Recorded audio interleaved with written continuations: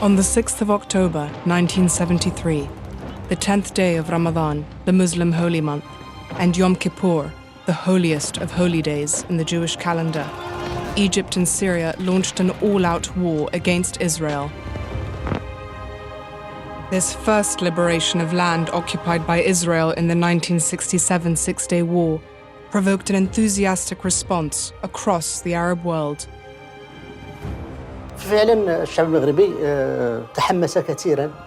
The Moroccan people were so enthusiastic about the war. That was evident in the campaign organized in Moroccan cities, especially the big ones, to donate blood. And it was a very popular campaign.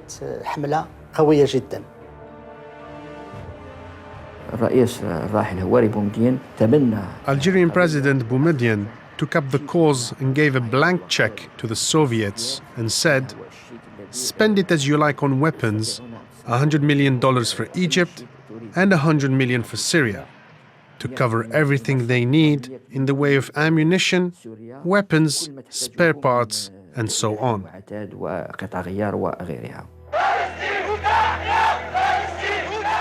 In October 1973, the Arab world seemed to have united behind a single precious goal. But the common purpose of Egypt and Syria, the two countries who started this war, was about to dissolve into acrimony and mistrust.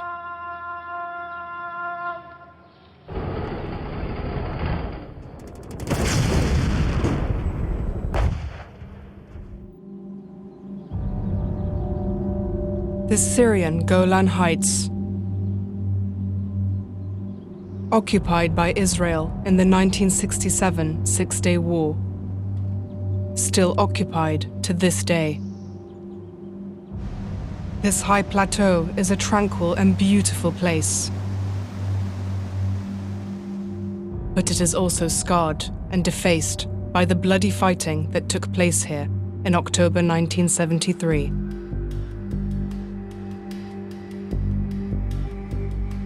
Memorials stand to the Israeli forces who fought a desperate battle to stop the Syrian thrust, which threatened to reach right to the heart of Israel. In the first 5 days of war here on the Golan, Israeli losses alone amounted to 250 tanks and hundreds of men. It was ambitious for the Syrians to think that they could penetrate significantly into the Israeli rear over the course of 24 hours. But it was not wholly unrealistic. Had the Israelis not been able to respond flexibly, it is entirely possible that a Syrian exploitation force could have penetrated into northern Israel within a day. But it was not to be. In less than 24 hours, Israel had mobilized 2 armored divisions, which soon turned the Syrian advance into retreat. On the 10th of October, and after suffering huge losses in tanks, the Syrians withdrew from the Golan Heights. Back behind the 1967 ceasefire line, the same place they had started their assault 5 days earlier.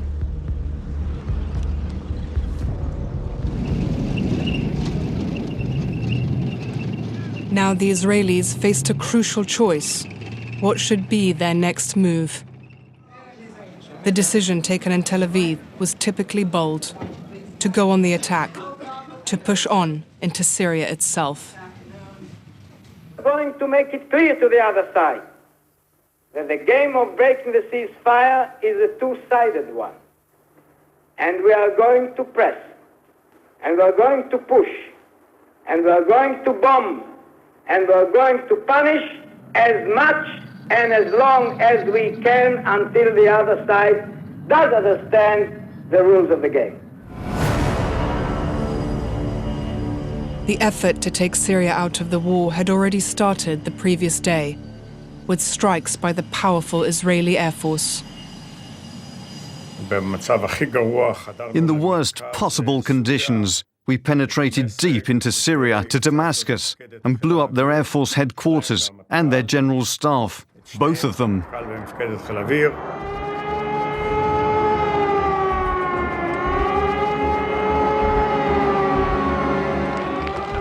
These were the first of a string of attacks targeting Syrian infrastructure.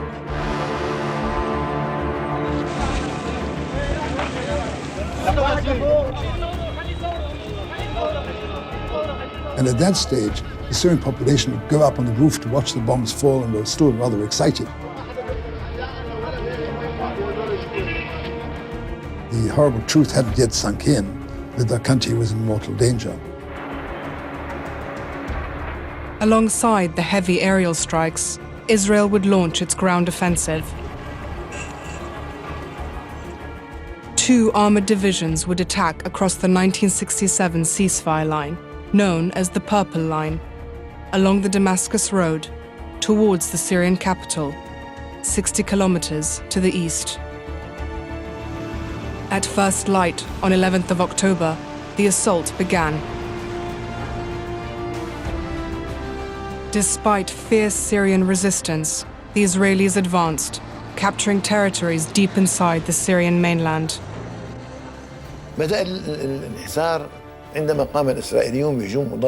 The retreat began when the Israelis launched a massive counterattack. The 1st Division started to retreat before the Israeli army. When it did, it had almost 250 tanks, and the infantry brigades behind it. They started to retreat too. This resulted in the advance of the Israeli army. I remember that day. The president issued an order dismissing the commander of that division and appointing another in his place.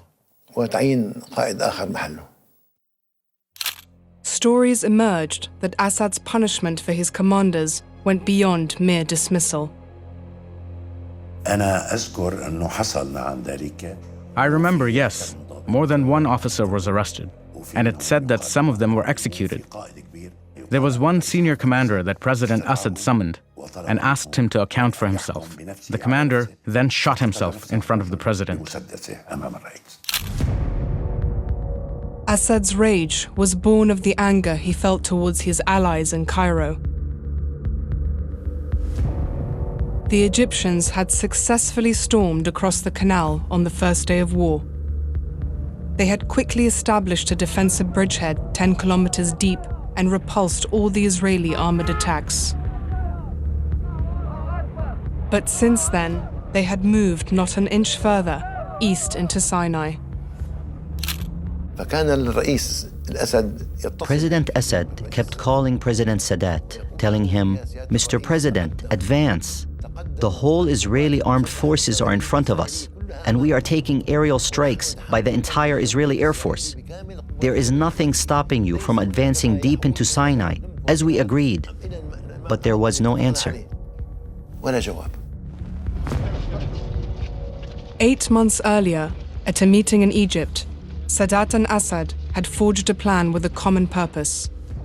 They had agreed to launch a war against Israel on 2 fronts. But now it seemed the 2 presidents had entirely different concepts of the war they had planned together. Assad told me that from the moment of his seizure of power, his ambition, his dream, was to avenge the defeat of 1967, when Syria had lost the Golan to Israel, and when Assad himself had been defense minister. So I think he felt this sort of personal responsibility for the recovery of the land. Assad saw the war, which he was planning, as a war of liberation. Sadat, on the other hand, had been planning for a limited war to focus the minds of the world's superpowers and jumpstart the stalled peace process. When President Sadat came to power, he met with us in March 1971. He told us, "I just need to get things back on track. Just give me 10 centimeters of land in the east, and that will be enough." A week into the war, Sadat's personal target had already been surpassed. It seemed a swift victory might be in sight. In the early hours of October the 13th, he was woken for an urgent meeting. the British ambassador had come with an offer to broker a United Nations ceasefire resolution. The Israelis, he told Sadat, were ready to accept the ceasefire based on the current positions. The Israeli army had been hit hard. The Israeli army was ready to accept a ceasefire. It was a defeat at that moment, a terrible defeat, and we were ready to accept that, which shows that we'd given up hope of winning the war. Seduced by success, Sadat now refused the British offer. He would only accept a ceasefire, he said, if Israel withdrew from the whole of Sinai. Things were going very well for Sadat. He didn't want to stop the war.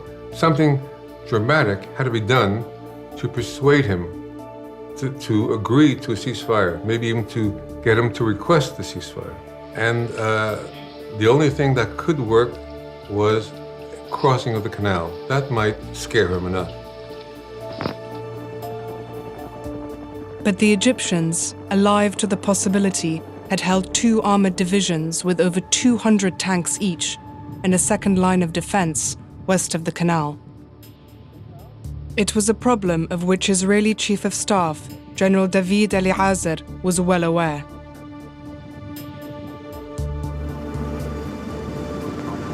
Before crossing the canal, he wanted to draw those 2 armored divisions to the Israeli side for 2 reasons. One, not to have to cross while those 2 divisions are waiting for him on the bank of the canal when you're very vulnerable. Number 2, to have them on the Israeli side where he can meet them on Israel's terms. General Eliezer was sure that a second phase of the Egyptian attack would begin on October the 9th, with those 2 armored divisions crossing the canal to advance on Sinai's strategic passes some 40 kilometers to the east. But the Egyptian plan was to stay put. Yet 48 hours later, President Sadat gave a new and surprising order to his war minister, General Ismail. They were to go ahead with just this second phase, the advance that Eliezer had been waiting for. On October 11th, Ahmed Ismail came to me and said, "We want to advance to the passes." I told him it was not possible for many reasons.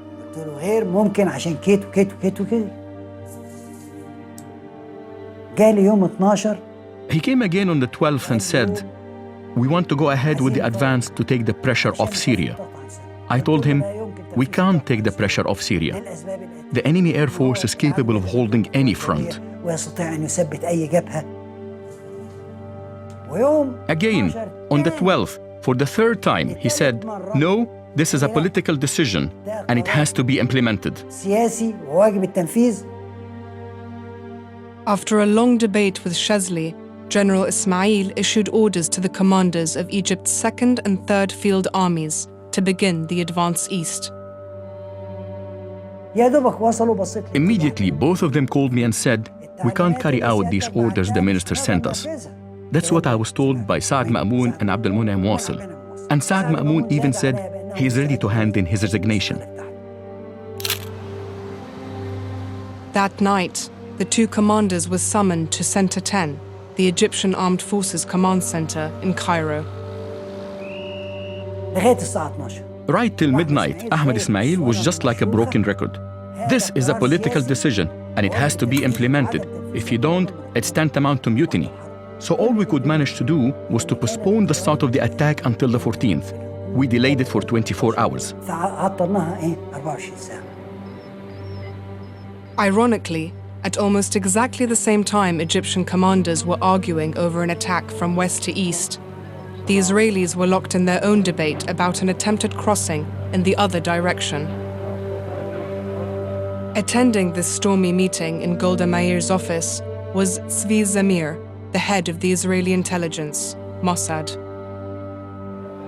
The meeting was held in Tel Aviv with the inner cabinet and the general staff. And in the middle of the discussions, someone entered and whispered into Zamir's ear, and he excused himself and went out.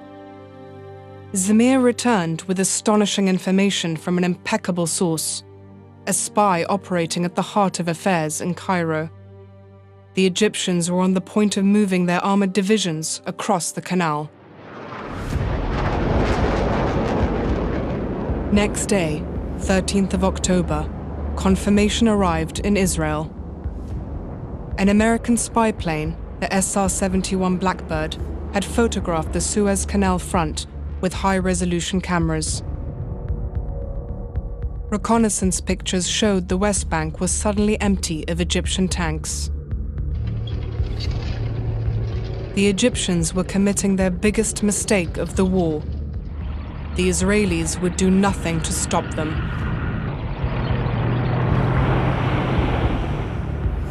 Ibrahim al-Arabi, the commander of the 21st Armored Division, told me.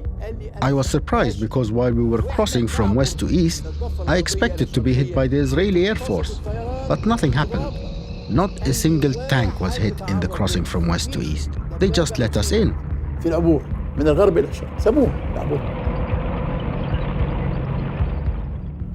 The Egyptian plan was to make 4 simultaneous thrusts towards the Sinai strategic passes and crossroads. 3 of the assaults would be made by armored brigades.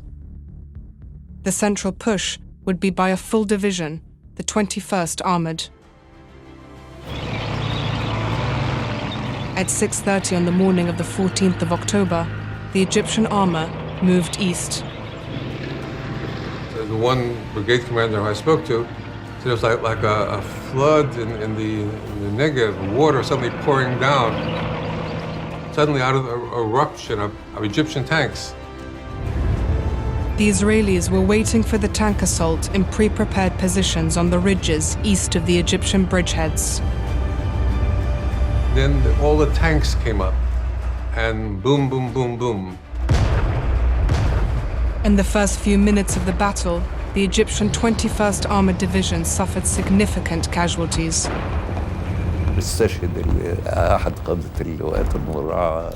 One of the Armored Brigade commanders was martyred, Colonel Sayyid Tawfiq Abu Shadi. Also, his chief of staff was injured, and the commander of the artillery brigade was martyred. There was a lot of confusion at the front.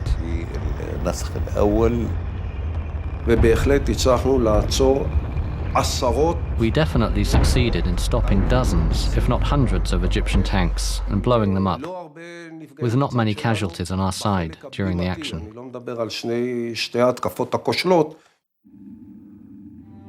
By midday on the 14th of October, 250 tanks had been lost. The Egyptian General Command ordered all advancing forces to retreat westwards to the bridgeheads. It was an attempt to relieve the pressure on the Syrian front, but it didn't do that. How could we do that? The distance between us and them is 500 kilometers. How could we relieve the pressure? In fact, by the time the Egyptians launched their attack, the Syrian front had already been stabilized. The Israelis had been forced to halt their advance by the arrival of Iraqi troops. They arrived and surprised our forces when they attacked. We had put out an alert that the Iraqi forces are moving towards the Golan, but we couldn't tell them the precise location. So that came as a surprise. They tried to place part of the blame on us, but what could be done?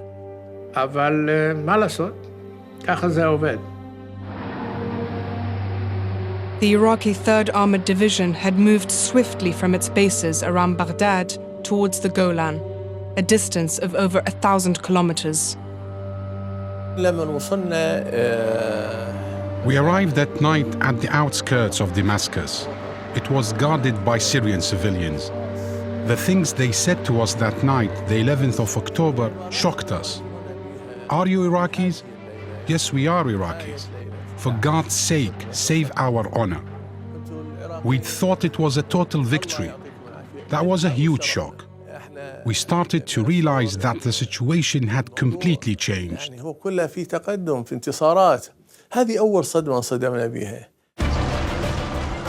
Despite their fatigue, the Iraqi forces were rushed to the front to reinforce Syrian troops retreating before the advancing Israelis. We had penetrated deep into Syrian territory. I climbed a couple of observation towers. I saw the air was full of dust, and I assumed it was one of our forces on the move. The division commander called me in and told me that a very large force was moving towards us, and that it was very close, something like 1,000 meters away.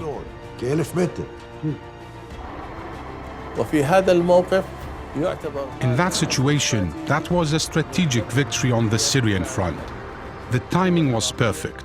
If it had come just 24 hours later, it would have been much tougher, and the Israeli forces would have reached the gates of Damascus.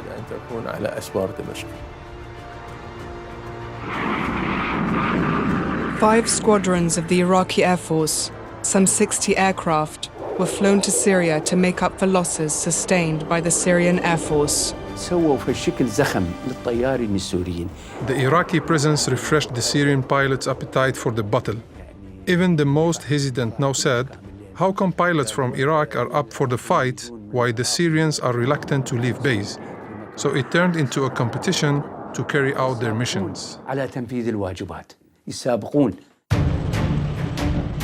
With the arrival and the participation of Iraqi forces in the war, the Jordanian army was now straining at the leash.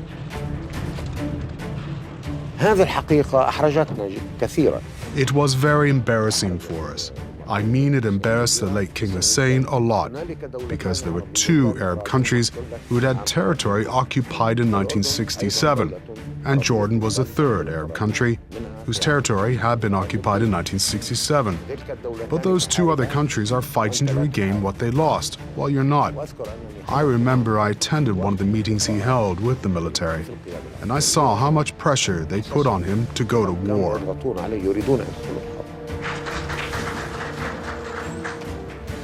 In the face of the present developments, the Jordanian forces entered Syria and have been heavily engaged in action throughout yesterday. But the Iraqis and Jordanians were not the first to arrive. 5 months before the outbreak of the war, King Hassan II of Morocco had sent a brigade to support the Syrian front. The Moroccan brigade was given the name Tajrida. The expression Tajrida means help or campaign. The Moroccans were given the task of guarding the eastern foothills of Mount Hermon. More expeditionary forces would soon arrive from other Arab countries.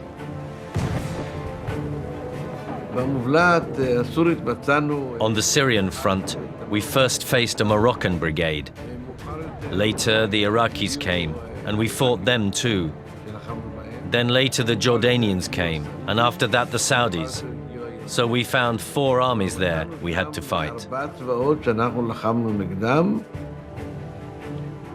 The Israelis had suffered heavy losses, but they had also achieved significant gains in the last 4 days.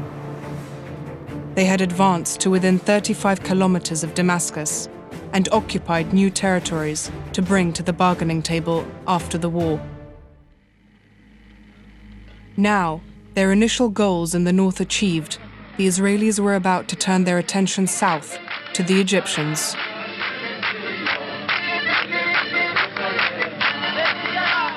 The plan to cross the Suez Canal had been finalized and given the name Stout-Hearted Men.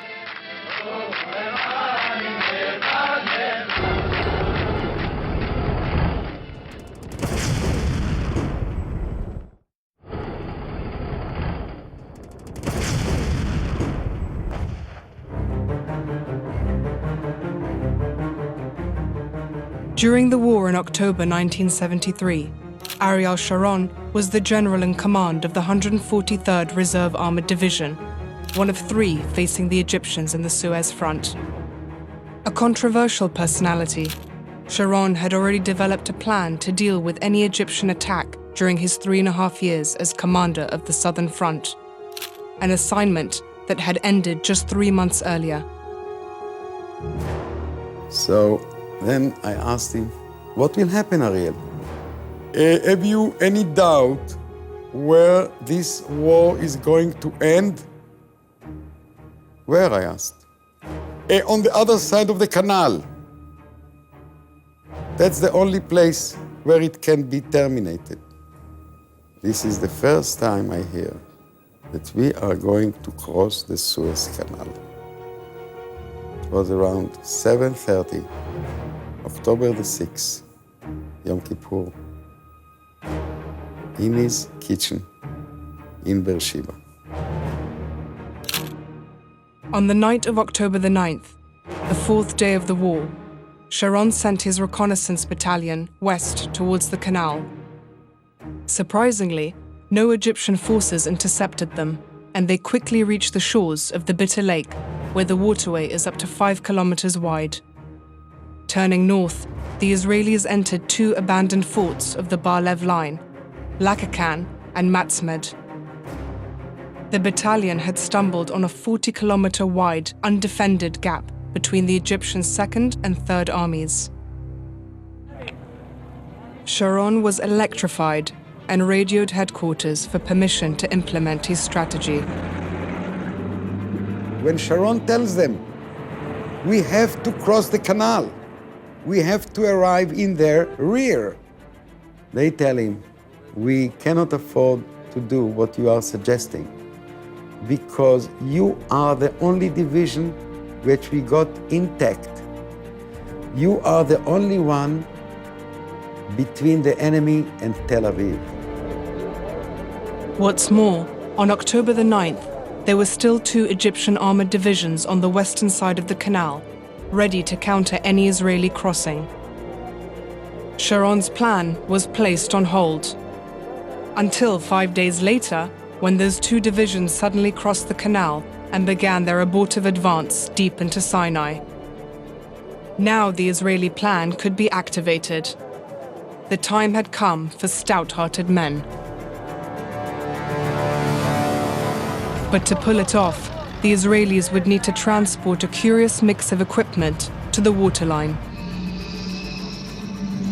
They picked up in Europe a second-hand pontoon bridge the year before, a war surplus, and they'd also picked up floating rafts, mechanized rafts, which can carry a tank.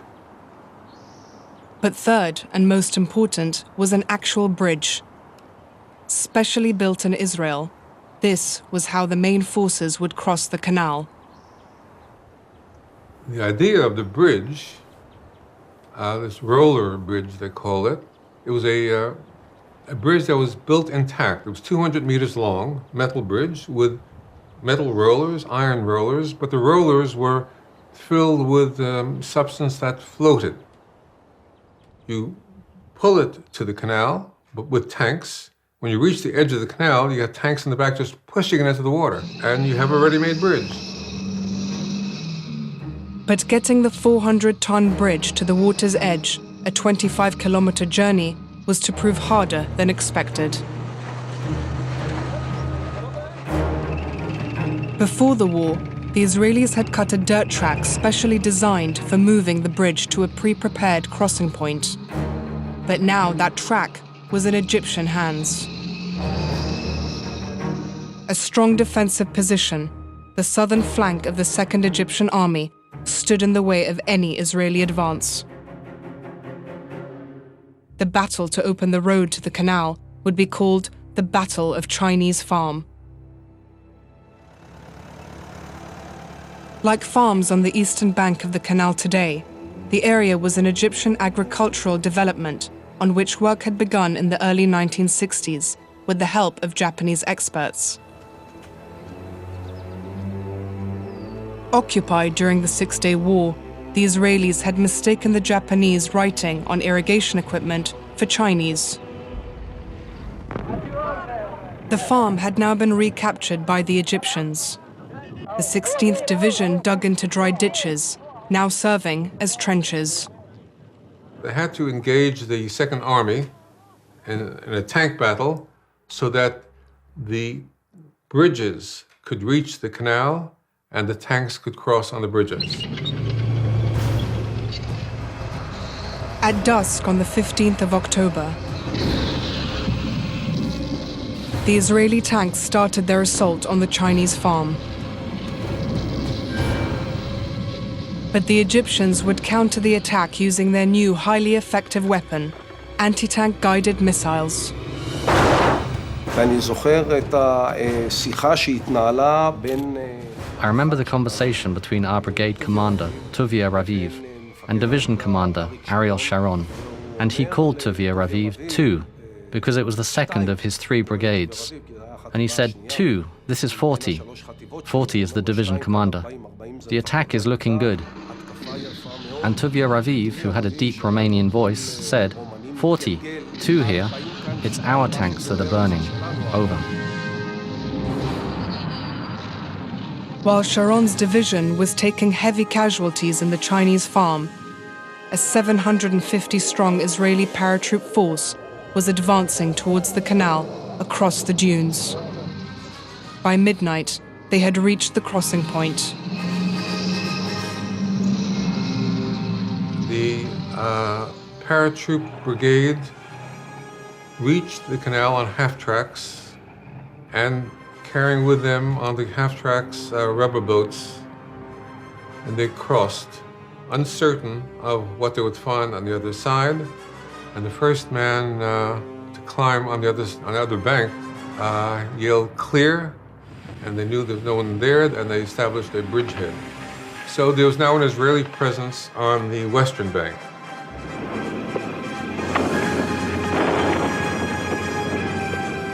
But despite the desperate efforts of the Israelis, the road to the canal remained closed by an entire Egyptian infantry brigade. But there was one ray of light for the Israelis. Their mechanized rafts could move independently across open terrain. And by 6:30 on the morning of the 16th of October, 15 rafts had reached the canal and began ferrying tanks to the west. Just when we arrived there, and it's quiet around, and we are there on the canal. Sharon sends between 12 to 20 tanks across the canal. And what happens is exactly what he said. And it's in disarray. The Egyptians don't know what happens to them. For 24 hours. That arrival in the rear of the enemy was exactly what Sharon was aiming at. And the decisive phase of the war is closing now. The Israeli canal crossing went almost unnoticed by the Egyptians. And later that same morning in Cairo, it seemed the head of state was totally unaware of what was going on at the front. In his first public appearance since the start of the war, Sadat led a victory parade through the streets towards Parliament.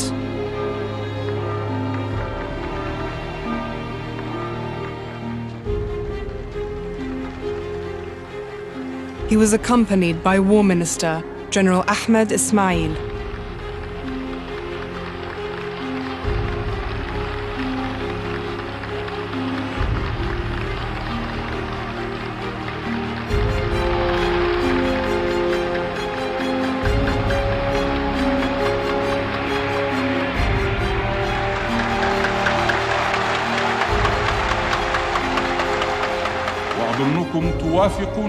In a rousing speech, Sadat set out his conditions for a ceasefire, a total Israeli withdrawal from Sinai.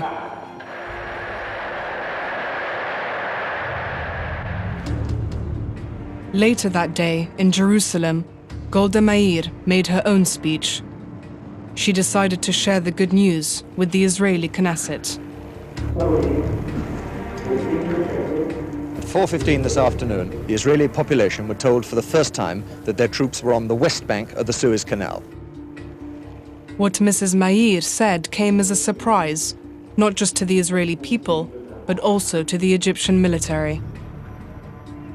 Israeli paratroopers and tanks had formed a limited bridgehead on the western side of the canal, in an area called Dever Soir. But Egyptian reports about the Israeli crossing were confusing and underestimated the scale of the problem. There was a problem with reconnaissance, and most or all of the reconnaissance units were on the eastern side of the canal. There was no reconnaissance in the west to provide information, and that's why, when I asked for information about the west, no one knew anything much. It was only when the Israeli forces in the west went on the offensive that the Egyptians first grasped the extent of their problem, that the enemy was already in their backyard. One of the tank brigade commanders, the first to cross, received a radio call from headquarters saying someone wants to talk to you. He recognized the voice as that of the Air Force commander, General Benny Peled. And Peled said, do you have a map? He said, yeah. Do you see the flowers on them? Those are SAM batteries. Please destroy them. Out. Located on the western side of the canal, the Egyptian surface-to-air missiles had caused the Israeli Air Force heavy losses in the first days of the war. Now reachable by Israeli tanks, it was payback time for the Egyptian air defense. But despite the Israeli success in destroying the SAM batteries, other aspects of stout-hearted men were not going so well. Ariel Sharon received an order not to activate his forces in the west of the canal, because the concern was that if they were unable to establish a real bridge, a pontoon or roller, it would be impossible to establish a logistics route to evacuate casualties, send supplies, send forces, and then they would even consider cancelling the whole operation. The Israelis still hadn't gained control of the road to the crossing point. Foot soldiers would have to be used to flush out the Egyptian infantry and tank hunters from the ditches of the Chinese farm. We were walking in the sands, and a beautiful night in the Sinai where everything was totally quiet, and suddenly we're under heavy fire, attacked by really heavy fire, and the superiority of the Egyptians in numbers and tanks, and we were with light arms. During that long night, the Egyptians inflicted heavy losses on the paratroopers. 41 killed and over 100 wounded. But the action kept Egyptian forces occupied and brought the Israelis the opportunity to tow their pontoons forward to the crossing point. By the night of the 16th of October, having finally realized the scale of the Israeli operation, the Egyptians reacted. The plan was simple. The 25th Armored Brigade would move northwards to meet up with the 21st Division, which would advance southwards. In a pincer move, the two armored units would close the gap and crush the Israeli forces. The plan seemed straightforward, but to General Shezli, it was flawed. He wanted the brigade to cross to the west and make its assault on that side of the canal, which was under Egyptian control. General Ismail ordered that no forces that had already crossed to the east should cross back to the west. This, he said, was a political decision taken by President Sadat himself. Neither Ismail nor Shezli would back down until finally President Sadat was asked to come to the Egyptian main command center, known as Center 10, to arbitrate on this dispute between the top two commanders of his armed forces. I told him, Mr. President, I disagree with General Ismail. As soon as I said so, he blew up in my face. He shouted at me and kept saying, "Don't ever mention withdrawal. Mr. President, this is not a withdrawal. It's maneuvering with forces. No maneuvering with forces and no withdrawal. Not one soldier is to withdraw. I will have you court-martialed if the word withdrawal is ever mentioned again."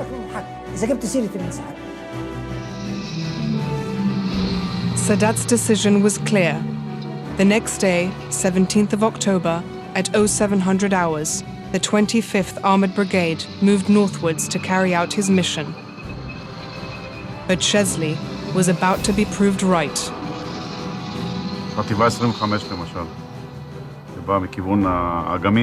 The 25th Brigade came from the area of the Bitter Lakes, and two tank brigades caught in a sort of ambush. Two tank brigades. One brigade on that side, and the other brigade on the other side. The battle was over very quickly. The Egyptians suffered heavy losses. With 65 tanks destroyed, only 10 were able to retreat southwards. حجم الخسائر في اللواء 25 مدرع كان مهول. يعني يمكن The losses for the 25th Brigade were shocking. Maybe 90% of our tanks were lost. And that was so sad, because these were the best tanks in the Egyptian army, the new T-62. What was even more damaging was what happened to the fighting units around us. They regarded the 25th Armored Brigade as their shield, the pride of the Egyptian army. So what happened to the 25th Armored Brigade was a blow to the morale of the soldiers at the front during that battle. Meanwhile, in the northern sector of the Suez front, things were no better for the Egyptians. After 2 days of heavy fighting over Chinese farm, the right flank of the Second Army had been decimated. The remnants of the brigade that had blocked the road to the canal had retreated, but only after making the Israelis pay a heavy price. Yes, painful victory. Very painful, mainly because of the dead and the wounded. In one night of the crossing of the canal, we lost some 400 people. Tanks were fighting. Some of them we saw in broad daylight later, one barrel against another, like two sword combatants in the medieval time. But here they were, the tanks, both of them destroyed. Maybe most of the people in both of them dead. The valley of death next day along the canal was terrible. But we were on the other side of the canal. General Adan's armored division had successfully crossed the canal using the pontoon bridge.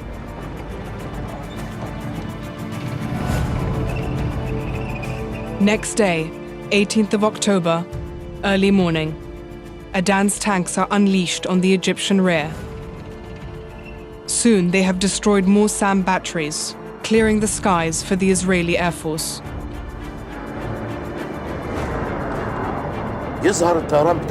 The Air Force started to appear. Previously, we hadn't seen it at all. But after the 17th, we started to see the Air Force a lot. No one to stop them. Our defenses, the anti-aircraft missiles, were non-existent, so their Air Force had a free hand. On the 18th of October, the Israeli High Command decided to capitalize on the successful crossing, building their presence on the western bank of the canal to 3 armored divisions. Sharon's division would move north to surround the Egyptian Second Army and capture the city of Ismailia. Adan's division, and another commanded by General Magin, would move south to encircle the Egyptian Third Army and capture the city of Suez. This would be their final goal. Israel would come to the bargaining table, holding a trump card.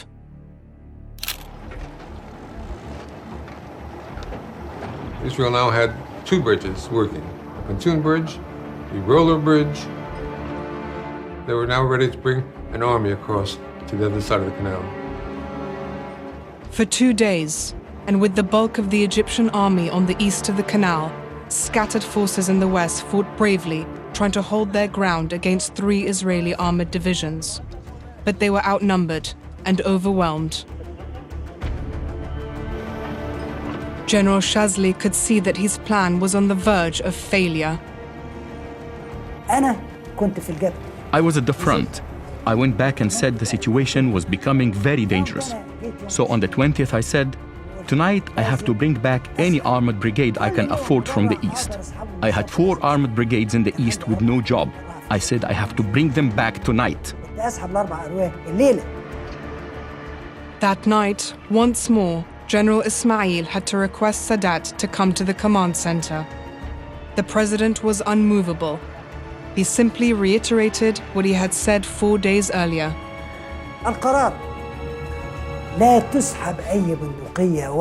His decision was to withdraw not a single rifle or tank from east to west. Everyone to stay where he is and fight. That was nonsense. There is not a war in the world that works like that. You have forces under pressure and you do nothing to assist them, while others have nothing to do and you don't want to bring them into the battle.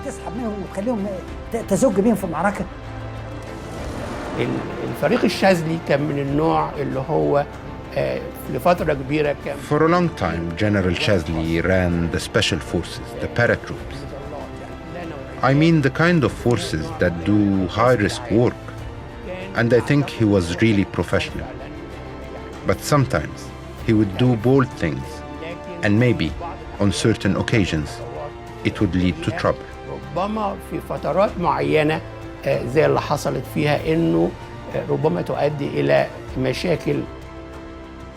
Sadat's position was clear. Any movement of forces from east to west could undermine morale and lead to the collapse of the whole front. His last bargaining chip would be lost. Actually, I asked a lot of people who were there at the time. They said, if we had seen just one soldier retreating, the whole army would have done the same. Shortly after midnight, Sadat left Center 10 and returned to his residency. He summoned the Soviet ambassador and told him that Egypt is ready to accept a ceasefire. This time, though, it was the Israelis who had no interest in a ceasefire. We can say that Israel had a greater interest in the ceasefire not kicking in right at that moment because it still had work to do, still territory it wants to capture. But in the 3rd week of the war, international attempts to broker a ceasefire in the Middle East would bring the whole world to the verge of a nuclear confrontation.